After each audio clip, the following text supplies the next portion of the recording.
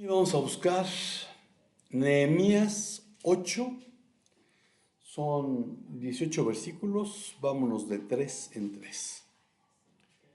Empezamos con Carlos. Nehemías 8, del 1 al 18, de 3 en 3.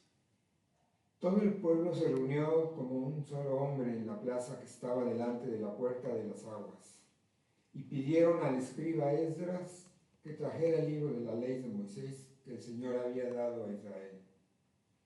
Entonces el sacerdote Esdras trajo la ley delante de la asamblea de hombres y mujeres y de todos los que podían entender lo que oían. Era el primer día del mes séptimo.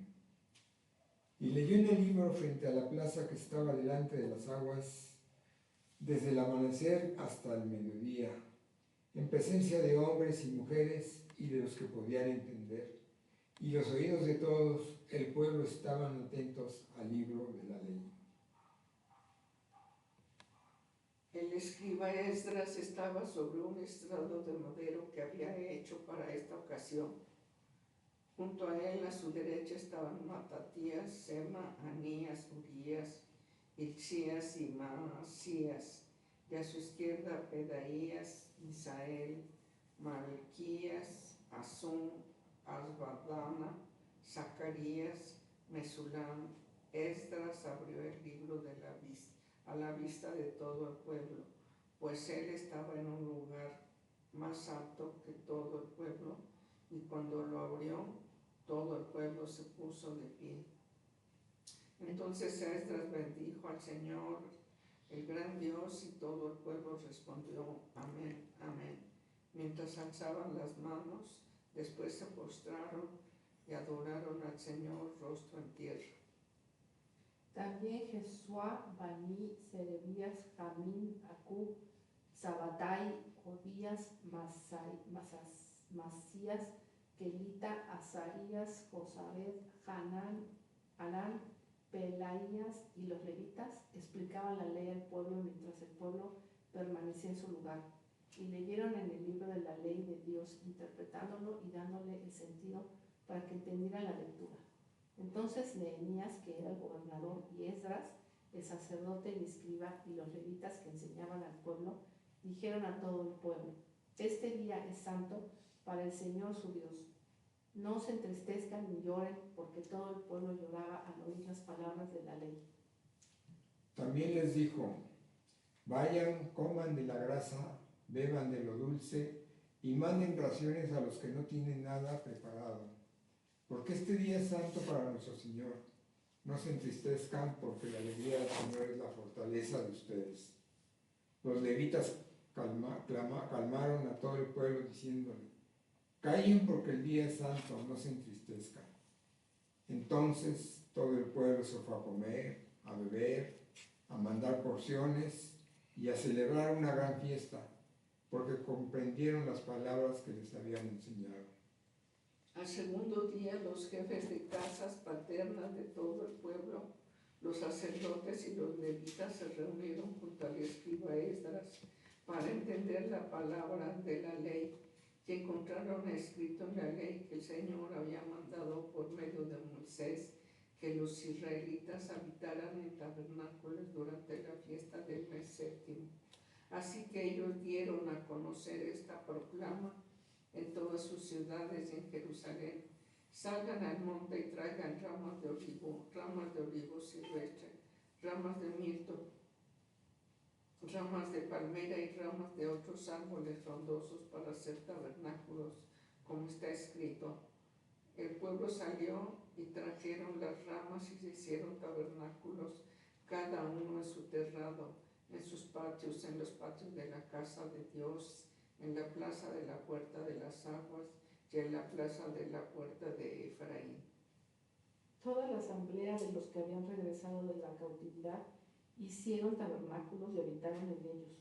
Los israelitas ciertamente no habían hecho de esta manera desde los días de Josué, hijo de Nun, hasta aquel día.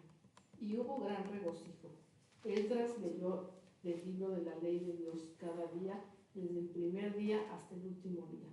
Celebraron la fiesta 7 días, y el 8º día hubo una asamblea solemne según lo establecido. Amén. Amén. Y el mensaje para hoy se titula El verbo tabernaculizado. Creo que esa palabra en español no existe y me la estoy inventando, ¿verdad? Pero pues inventan otros, porque no voy a inventar yo una. Hoy es 12 de octubre, el Día de la Hispanidad, pero es en el calendario hebreo el día 20 de Tishrei. Sukkot fue a partir de la puesta del sol del 6 de octubre, 14 de Tishrei. Entonces estamos dentro de la fiesta de los tabernáculos, que es una fiesta bíblica y vamos a ver por qué es importante.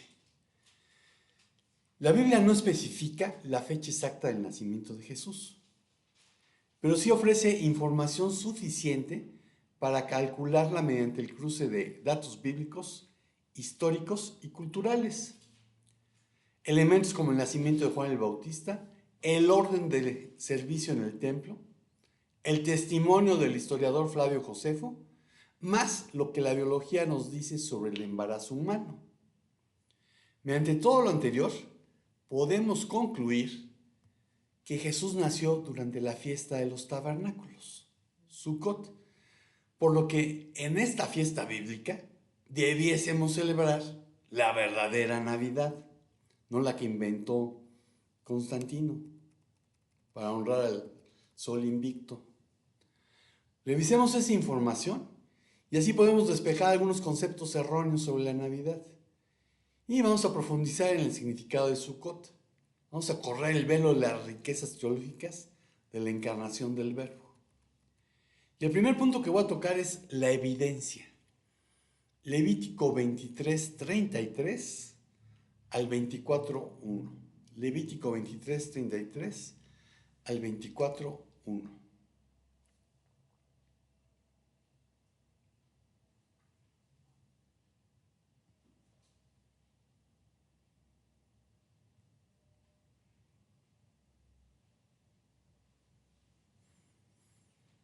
De nuevo el Señor habló a Moisés: di a los israelitas, el día 15 de este séptimo mes es la fiesta de los tabernáculos. Se celebrará al Señor por 7 días. El primer día es santa convocación, no harán ninguna clase de trabajo servil. Durante 7 días presentarán al Señor una ofrenda encendida. El octavo día tendrá una santa convocación y presentarán al Señor una ofrenda encendida.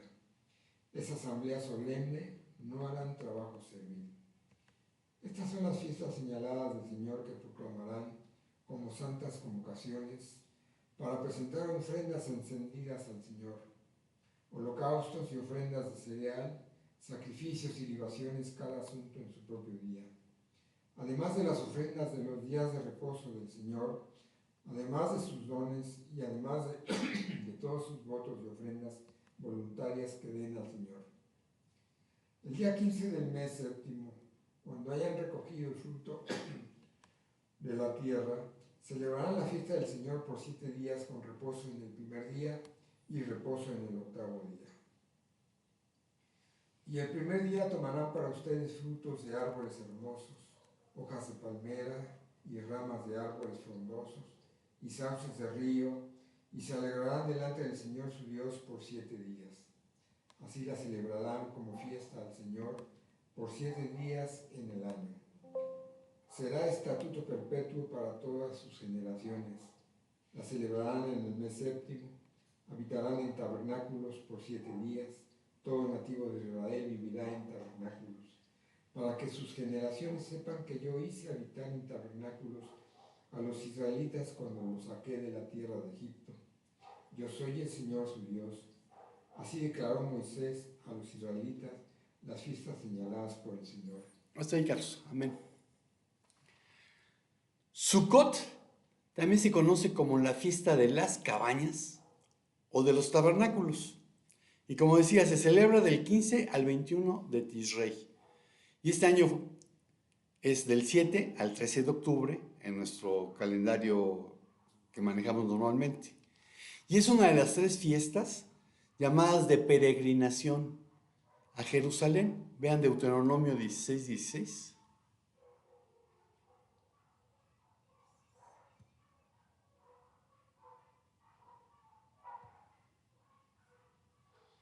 Tres veces al año se presentarán todos tus varones delante del Señor tu Dios en el lugar que Él escoja, en la fiesta de los panes sin levadura, en la fiesta de las semanas y en la fiesta de los tabernáculos.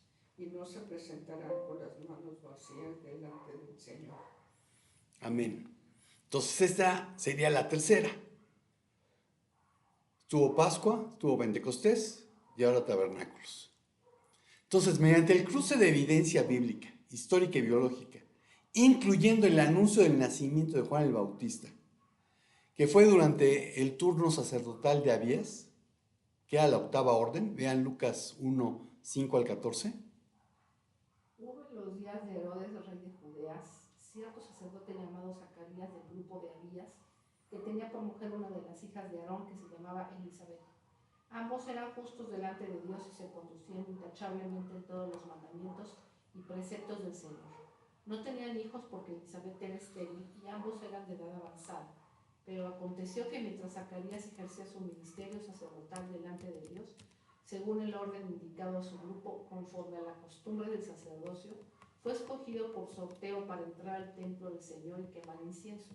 Toda la multitud del pueblo estaba fuera orando a la hora de la ofrenda de incienso.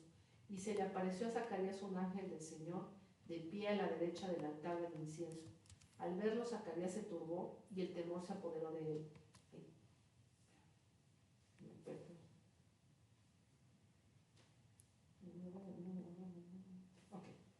Pero el ángel le dijo: no temas, Zacarías, porque tu petición ha sido oída, y tu mujer Elizabeth te dará a luz un hijo y lo llamarás Juan.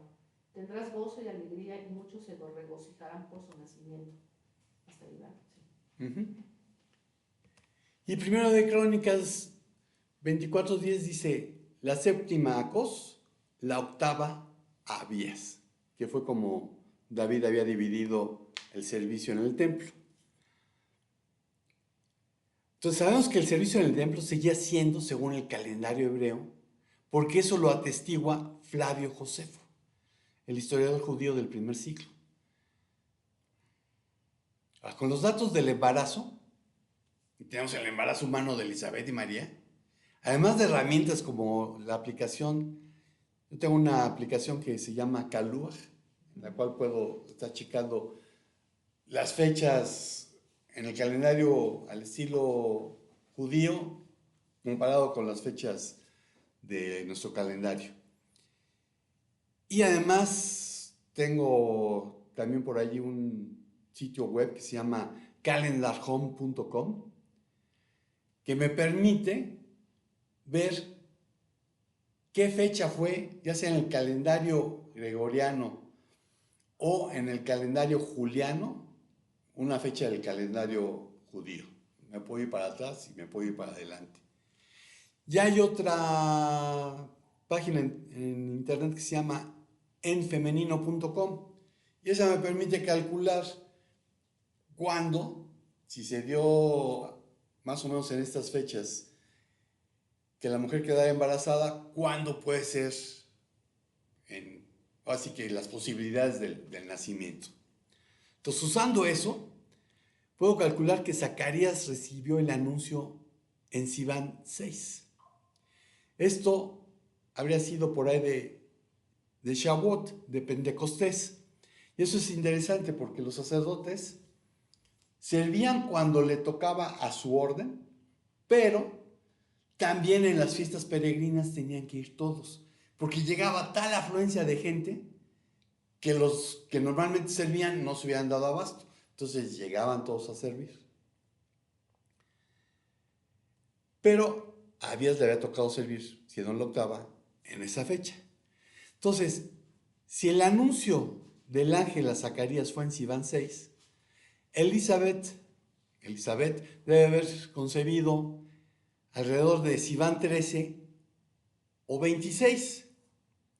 Y eso me lleva a que Juan nació en Pesaj, en Nisan 15. Si Jesús fue concebido 6 meses después, entonces eso fue durante la fiesta de las luces. Hanukkah, que es de Kislev 25 a Tevet 2.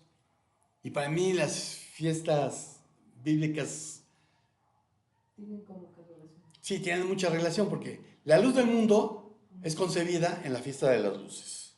Sí, sí. Entonces debe haber nacido Jesús entre 38 y 42 semanas después, que es lo que dura un embarazo normal. Por lo que su nacimiento se sitúa en la fiesta de Sukkot, del 15 al 21 de Tishrei. Y eso, en el año 4 antes de Cristo, debe haber sido septiembre. Acuérdense que el calendario hebreo es un calendario lunar, no es como el nuestro que es solar.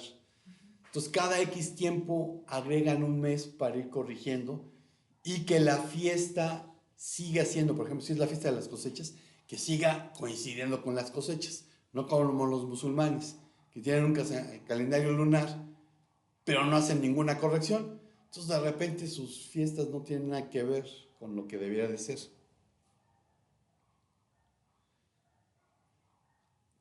Y entonces así se cumple el simbolismo de la fiesta, confirmando que el verbo tabernaculizó, que en griego es esquinó, que significa vivir, habitar por un tiempo, en tienda entre nosotros. Como dice Juan, y el verbo se hizo carne y habitó entre nosotros. Y ese habitó está utilizando la palabra esquinó en griego, que se puede traducir como tabernaculizó. Por eso el título del mensaje.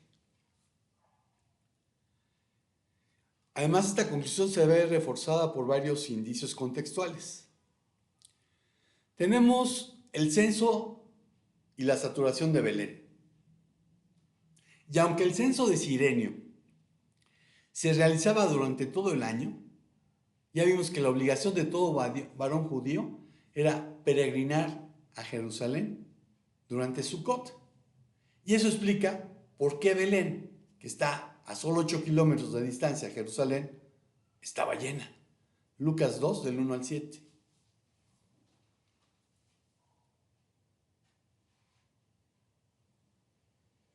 Aconteció en aquellos días que salió un edicto de César Augusto para que se hiciera un censo de todo el mundo habitado. Este fue el primer censo que se levantó cuando Cirenio era gobernador de Siria. Todos se dirigían a inscribirse en el censo, cada uno a su ciudad. También José subió de Galilea, de la ciudad de Nazaret, a Judea, a la ciudad de David, que se llama Belén, por ser él de la casa y de la familia de David, para inscribirse junto con María, comprometida para casarse con él, la cual estaba encinta. Sucedió que mientras estaban ellos ahí, se cumplieron los días de su alumbramiento, y dio a luz a su hijo primogénito. Lo envolvió en pañales y lo acostó en un pesebre porque no había lugar para ellos en el mesón. Amén. Y aquí hay algo interesante. Dice, y también José subió de Galilea, de la ciudad de Nazaret a Judea. Y si ustedes ven en el mapa, nuestra manera de pensar es decir, no subió, bajó. Bueno,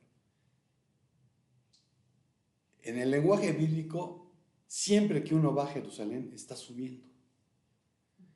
Geográficamente, porque está alto.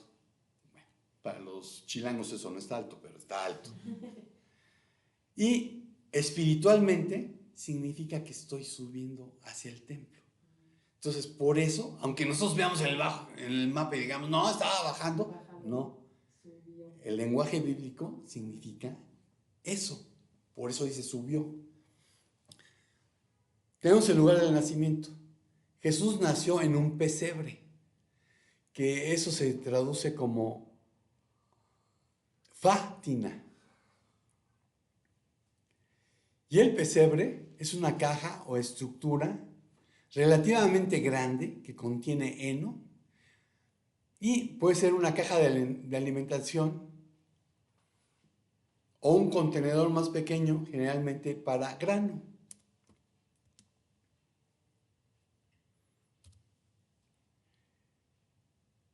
Y no hay manera así de saber con precisión dónde fue colocado el bebé Jesús, pero sería muy apropiado que el bebé hubiera sido colocado en la caja de alimentación o en el pesebre. Y esto del pesebre está relacionado con la palabra suca, de donde viene Sucot. Sucot es el plural de suca. Suca significa cabaña o enramada. Vean Génesis 33, 17. 33, 17.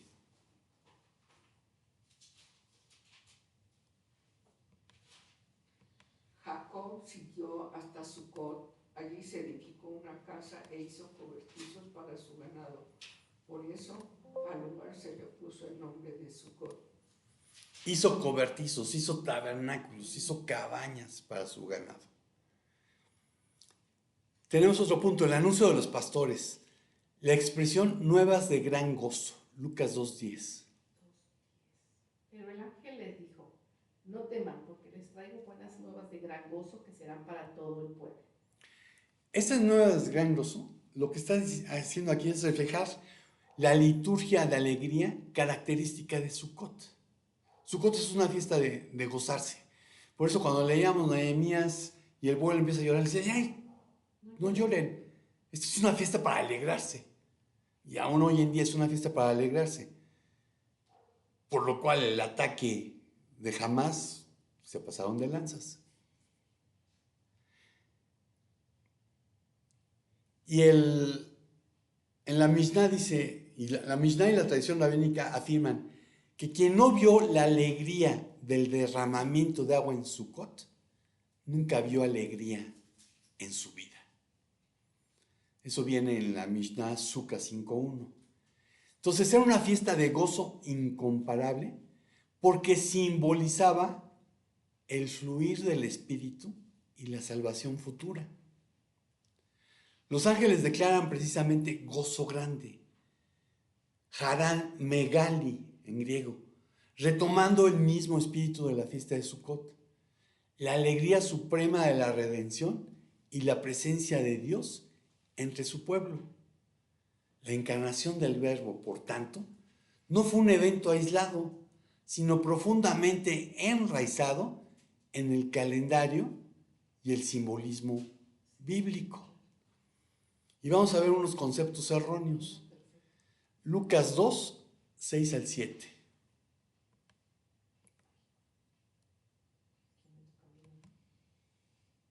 Sucedió que mientras estaban ellos allí se cumplieron los días de su alumbramiento y dio a luz a su hijo primogénito. Lo envolvió en pañales y lo acostó en un pesebre porque no había lugar para ellos en el mesón. Ok, la tradición navideña, la que se celebra en diciembre, ha incorporado elementos ajenos al relato bíblico, obscureciendo su significado original, por lo que es necesario corregir esas imprecisiones.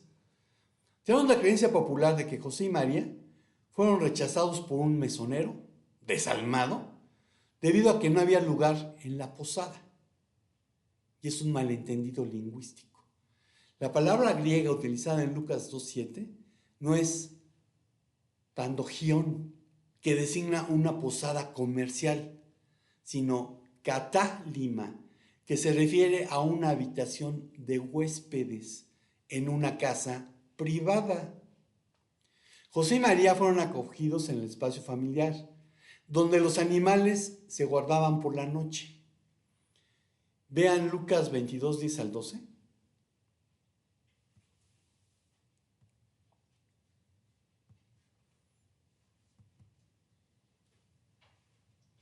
Y él les respondió, miren, al entrar en la ciudad les saldrá al encuentro un hombre que lleva un cántaro de agua.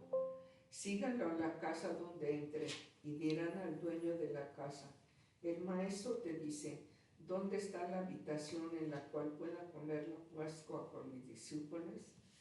Entonces él les mostrará un gran aposento alto dispuesto. Prepárenla allí. Este aposento alto, esta habitación donde voy a celebrar la Pascua con mis discípulos, en griego utiliza katalima. Entonces tenemos que es el mismo término usado en Lucas 2:7 que el que se usa en Lucas 22 del 10 al 12, refiriéndose al aposento donde Jesús celebró la Pascua.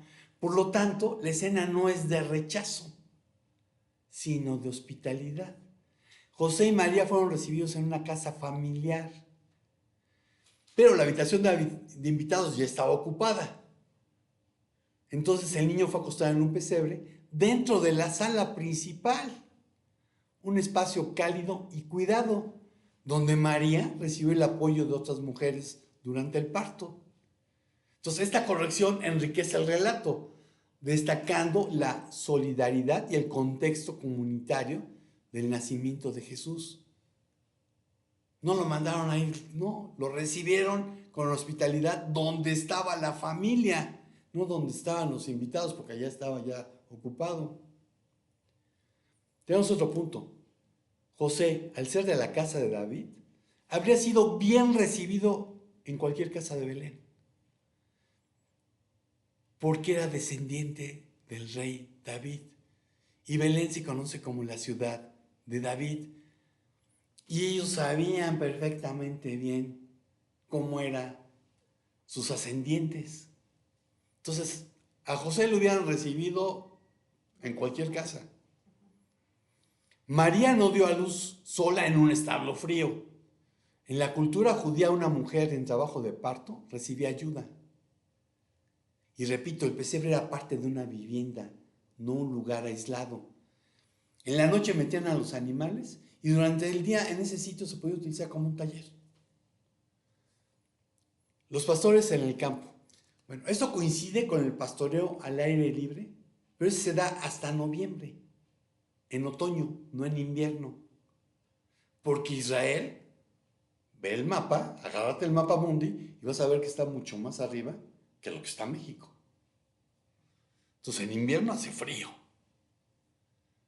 Y si aquí con 10 grados estás quejándote del frío, ven. Entonces, la humilde condición de los pastores no les impidió ser los primeros testigos del Mesías, mostrando que las buenas nuevas son para todos. Entonces, estas correcciones no restan valor al relato, sino que lo enriquecen, mostrando un nacimiento en un contexto de hospitalidad y cuidado divino. Tenemos también el misterio de la piedad. 1 Timoteo 3:16. E indiscutiblemente grande es el misterio de la piedad. Él fue manifestado en la carne, vindicado en el Espíritu, contemplado por ángeles, proclamado entre las naciones, creído en el mundo, recibido arriba en gloria. Amén. Y la palabra misterio viene del latín mysterium, que a su vez viene del griego mysterion. Y según el diccionario es cosa arcana o muy recóndita, que no se puede comprender o explicar. Negocio muy reservado. Arcano o cosa secreta en cualquier religión. Bueno, eso dice el diccionario de la Real Academia Española. Pero mysterion significa el contenido de lo que no se ha conocido antes, pero que ha sido revelado a un grupo interno o restringido. Un misterio, un secreto divino, algo por encima de la inteligencia humana, pero ya fue revelado. El misterio de la piedad ya nos fue revelado. Y piedad viene del latín pietas, virtud que inspira por el amor a Dios, tierna devoción a las cosas santas y por el amor al prójimo, actos de amor y compasión. Amor entrañable que consagramos a los padres y a objetos venerados. Lástima, misericordia, conmiseración.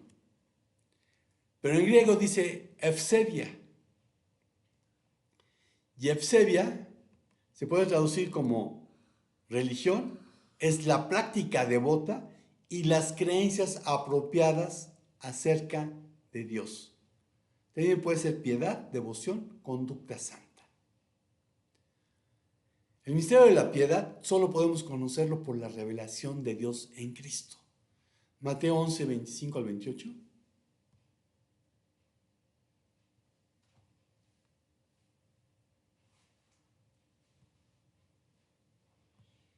En aquel tiempo Jesús dijo: Te alabo, Padre, Señor del cielo y de la tierra, porque ocultaste estas cosas a sabios e inteligentes y las revelaste a los niños. Sí, Padre, porque así fue de tu agrado. Todas las cosas me han sido entregadas por mi Padre, y nadie conoce al Hijo sino el Padre, ni nadie conoce al Padre sino el Hijo, y aquel a quien el Hijo se lo quiera revelar. Vengan a mí todos los que estén cansados y cargados, y yo los haré descansar. Efesios 2, 8 al 10.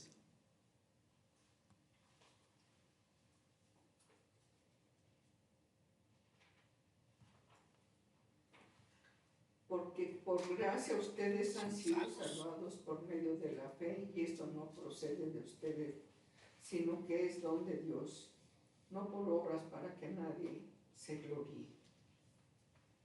Amén. Entonces, el misterio de la piedad solamente lo podemos conocer por la revelación de Dios en Cristo. Porque este misterio es Jesús mismo, a quien Pablo describe poéticamente, aunque quizás Pablo estaba citando el verso de un himno usado por los primeros cristianos. La estructura y el lenguaje primitivos conducen a muchos estudiosos a creer que este himno es anterior a la carta de Pablo, que es por ahí de los 60 bajos, que el himno probablemente sea de la década de los 40 o 50 después de Cristo, lo que lo convertiría en una de las confesiones de fe cristiana más antiguas que existen. Ahora, no tenemos el libro de himnos, pero tenemos su eco en este versículo. El del misterio de la piedad de Timoteo. El contenido del verso describe al Hijo de Dios que vino como el Salvador a dar su vida en rescate por muchos. Mateo 20, 28. Así como el Hijo del Hombre no vino para ser servido, sino para servir y para dar su vida en rescate por muchos. Marcos 10, 45.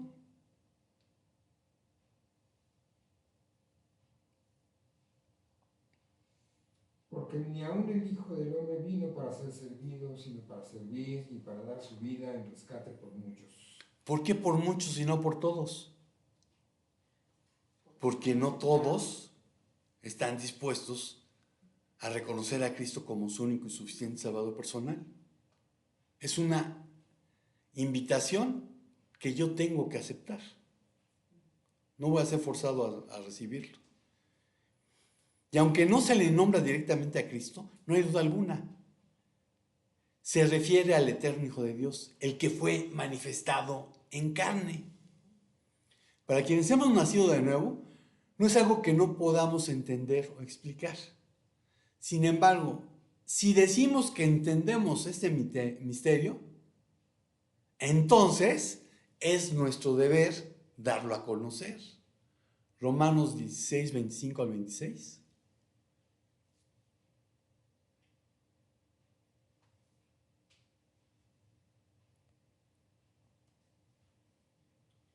Y aquel que es poderoso para afirmarlos conforme a mi evangelio y a la predicación de Jesucristo, según la revelación del misterio que ha sido mantenido en secreto durante siglos sin fin, pero que ahora ha sido manifestado por las escrituras de los profetas, conforme al mandamiento de Dios eterno, se ha dado a conocer a todas las naciones para guiarlas a la obediencia de la fe. Amén. Mediante la predicación del Evangelio. Hechos 1, 7 al 8.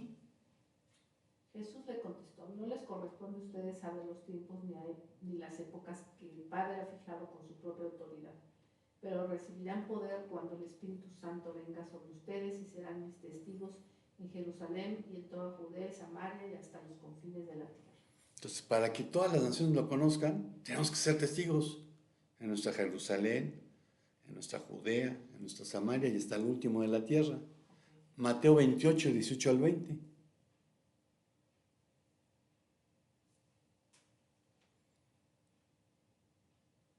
Acercándose Jesús les dijo: toda autoridad me ha sido dada en el cielo y en la tierra. Vayan pues y hagan discípulos de todas las naciones, bautizándolos en el nombre del Padre y del Hijo y del Espíritu Santo, enseñándoles a guardar todo lo que les he mandado, y recuerden, yo estoy con ustedes todos los días hasta el fin del mundo. Amén. Hacer discípulos, no nada más evangelizar. El Verbo se hizo carne en la fiesta de los tabernáculos. La conclusión la tenemos en Juan 1:14.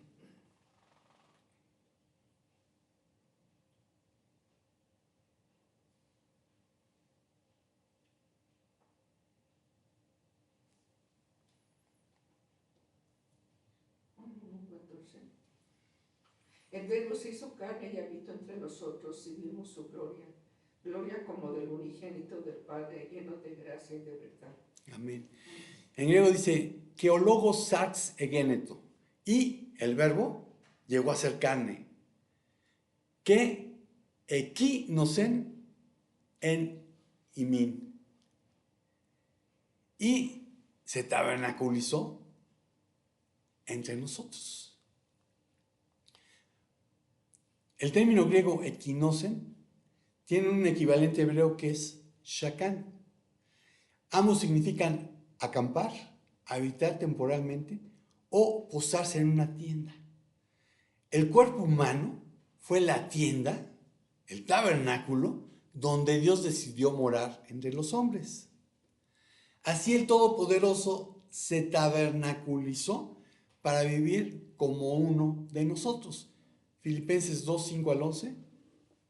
Haya pues en ustedes esta actitud que hubo también en Cristo Jesús, el cual, aunque existía en forma de Dios, no consideró el ser igual a Dios como algo a que aferrarse, sino que se despojó a sí mismo tomando forma de siervo, haciéndose semejante a los hombres, y hallándose en forma de hombre, se humilló él mismo, haciéndose obediente hasta la muerte y muerte de cruz.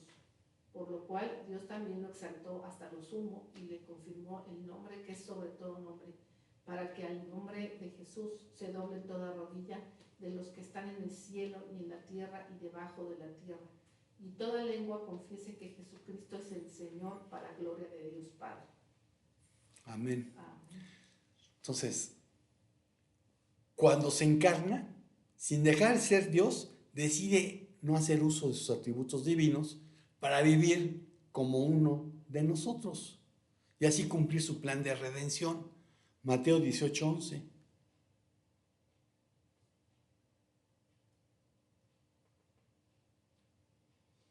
Porque el Hijo del Hombre ha venido a salvar lo que se había perdido. El apóstol Juan lo declara con profunda claridad. Jesús, el Verbo eterno, se hizo carne y habitó entre nosotros. La evidencia bíblica, histórica y cultural nos lleva a concluir que su nacimiento ocurrió durante la fiesta de los tabernáculos, Sukkot, en un tiempo establecido por Dios para celebrar su provisión, su presencia y su protección. Este contexto enriquece nuestro entendimiento del Evangelio y corrige las narrativas distorsionadas por tradiciones ajenas a las Escrituras. Todo el cuento del mesonero y lo que se canta en las posadas viene de un apócrifo del segundo siglo.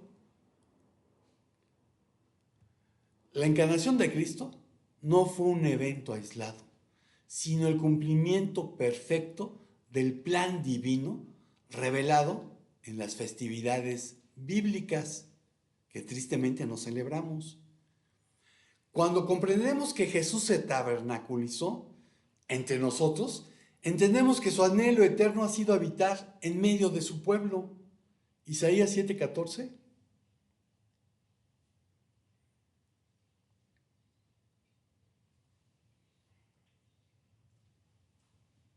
Por tanto, el Señor mismo les dará esta señal.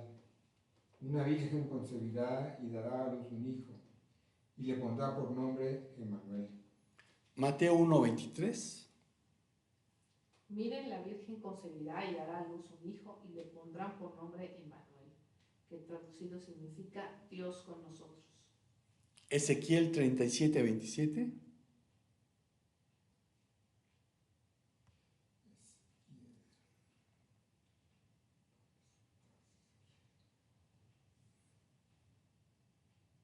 ¿Dónde está Ezequiel? Aquí está. Profeta mayor. ¿Ezequiel qué? 37:27.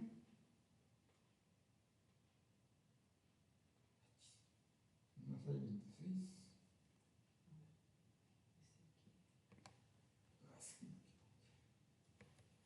No, si Ezequiel es medio larguito.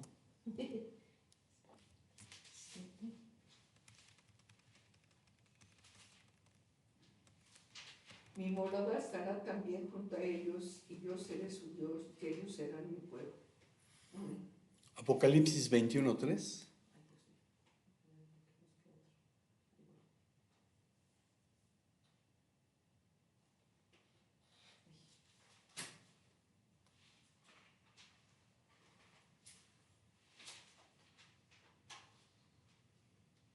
¿Apocalipsis qué? 21:3.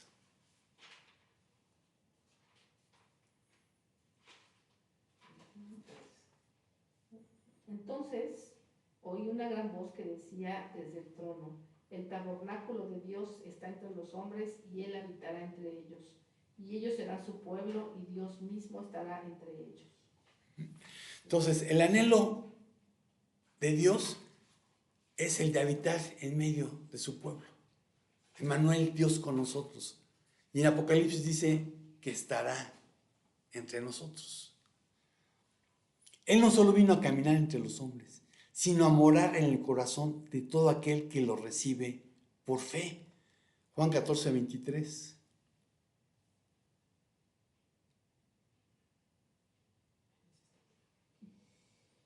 Jesús le respondió: si alguien me ama, guardará mi palabra, y mi Padre lo amará.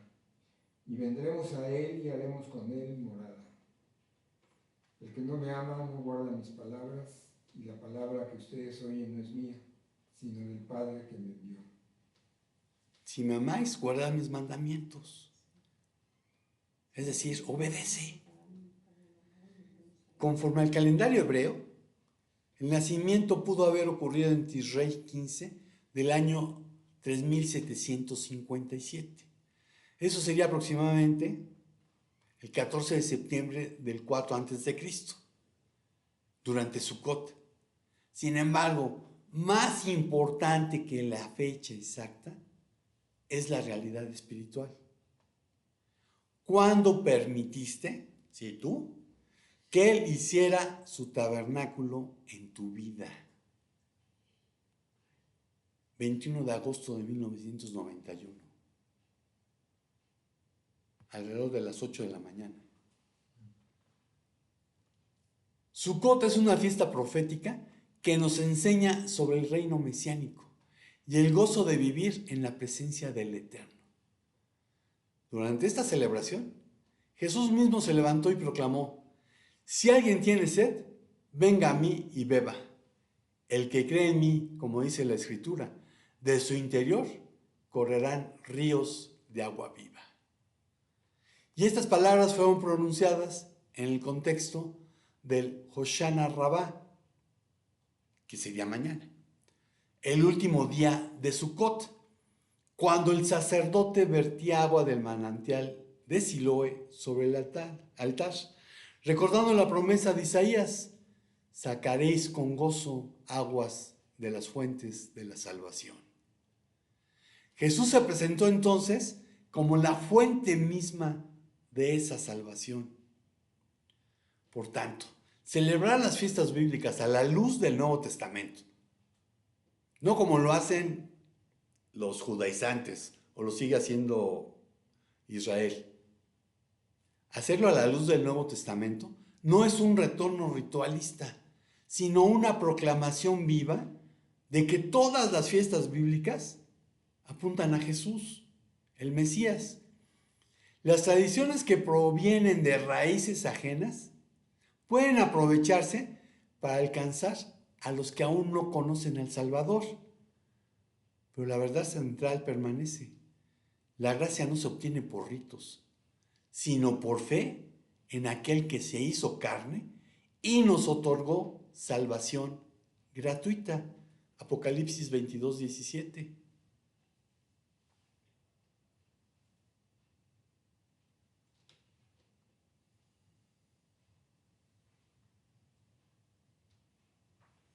El espíritu y la esposa dicen, ven, y el que oye diga, ven, y el que tiene sed venga, y el que desee que tome gratuitamente del agua de la vida. Amén. Amén. Amén. La encarnación es el misterio de la piedad revelado, el Eterno habitando en nosotros. Entender que el Verbo se hizo carne nos compromete a vivir en comunión con Él y a proclamar las buenas nuevas para que muchos más experimenten que el Mesías también se tabernaculice en sus vidas. Frente a esta verdad gloriosa, no podemos permanecer indiferentes. Es tiempo de anunciar con gozo y convicción que el Mesías vino, que Él es Emmanuel, Dios con nosotros, y que su mensaje de salvación está disponible para todo aquel que cree en Él y opta por tener no una religión, sino una relación personal, cercana, íntima de amor con Dios mediante Jesucristo. Y concluyo diciendo, es tiempo de proclamar que el Verbo se hizo carne. Amén.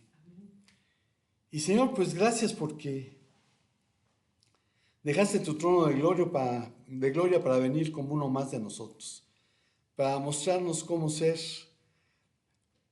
el ser humano que tú siempre has querido que seamos, para mostrarnos cómo podemos tener esa relación personal, cercana, íntima de amor contigo. Gracias por el ejemplo que nos diste cuando estuviste habitando entre nosotros, cuando estuviste aquí como Jesucristo. Gracias por tu amor, gracias por tu sacrificio en la cruz y gracias porque podemos tener esa relación contigo y pedirte por aquellos que aún no la tienen. Gracias en el nombre de Jesús. Amén. Y amigo y hermano de internet, hoy es un buen día para que Cristo se tabernaculice en ti, para que venga a morar el Eterno en tu vida. No lo desperdicies. Y si el Señor no dice otra cosa, nos vemos por aquí el próximo domingo. Shalom, shalom. Estamos despedidos.